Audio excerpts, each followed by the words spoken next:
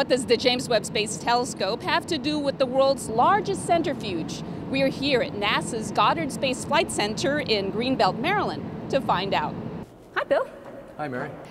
I was told you can tell us more about this centrifuge that we're standing on. The only centrifuge I know is in my chemistry lab. It's exactly like that, except bigger. So why does Goddard have such a big centrifuge? Well, we use the centrifuge here to generate the same forces that a payload would see when it's launched in a rocket. How big is this thing? This room is about 150 feet in diameter, and the centrifuge is about 140 feet in diameter. We can spin this arm to about 156 miles an hour, but the wind is actually 200 miles an hour when we're spinning. So is it like being in a hurricane or something? If you were in the center of the centrifuge and it was spinning, you would see or feel no load. So what kind of payloads, if you will, do you test on a centrifuge of this size? We test large spacecraft. We've tested small parts of the spacecraft. We've tested SUVs here on this centrifuge.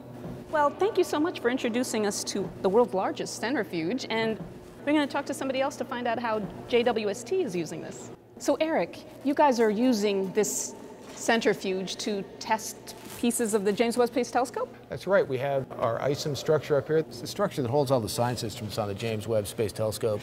And we're using the centrifuge kind of like a big merry-go-round. Spin it up really fast and show that the structure can hang on to the telescope just like it'll have to do during launch.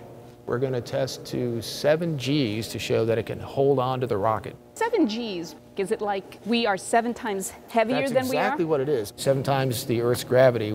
And then when it gets to 0 G way out in space, we have to show that it's the same shape as it was here on Earth. Well, thanks, Eric, for showing us how the James Webb Space Telescope program is using the centrifuge. My pleasure. Now you can see how a virtual spin around the block will help make sure the James Webb Space Telescope withstands the forces and stresses during launch. Thanks for joining us for another edition of Behind the Web.